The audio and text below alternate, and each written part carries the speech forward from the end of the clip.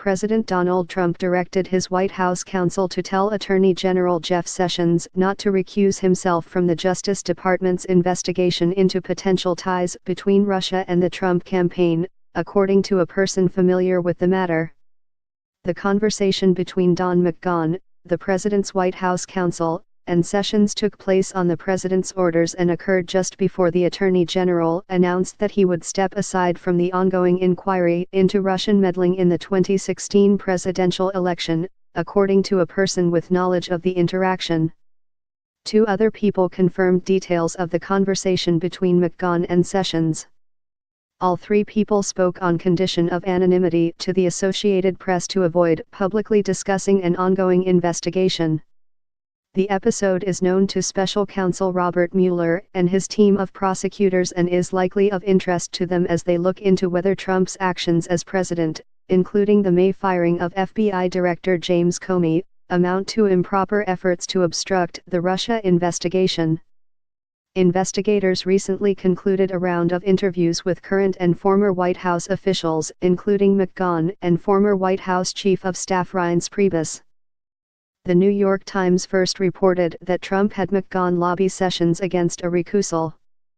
Reached Thursday evening, Trump personal attorney John Dowd said, "I know nothing about that," and hung up.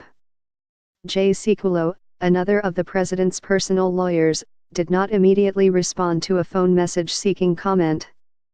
President Donald Trump's former campaign manager, Paul Manafort, asked a federal court Wednesday to void the Justice Department's appointment of special counsel Robert Mueller and charges Mueller's office filed against him, elevating Trump supporters' attempts to discredit the probe into Russian.